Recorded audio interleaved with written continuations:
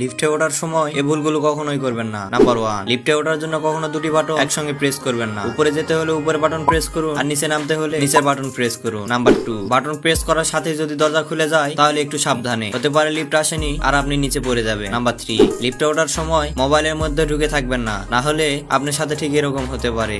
Number 4, কখনোই লিফটের দরজা হাত দিয়ে খোলার চেষ্টা করবেন না। ভুলক্রমে যদি দরজা না থামে তাহলে আপনার সঙ্গে বড় দুর্ঘটনা ঘটতে পারে। নাম্বার 5, লিফটে ওঠার পর শুধুমাত্র ওই বাটনে প্রেস করবেন যে ফ্লোরে আপনি যেতে চান, অযথাই অন্য বাটন প্রেস করবেন না। নাম্বার 6, আর যদি ওই বাটন কেউ আগে থেকে প্রেস করে রাখে তাহলে আপনি প্রেস করবেন না। নাম্বার 7, যদি লিফটের দরজা কোনো ভারী জিনিস অথবা দড়ি ফেসে যায় তাহলে সেখান থেকে দূরে চলে যান, না হলে সেটার সঙ্গে সঙ্গে আপনিও উপরে চলে যাবেন। নাম্বার 8, যদি আপনি কখনো লিফটের মধ্যে ফেসে যান তাহলে অন্য বাটন না প্রেস করে অ্যালার্ম বাটনটি প্রেস করুন।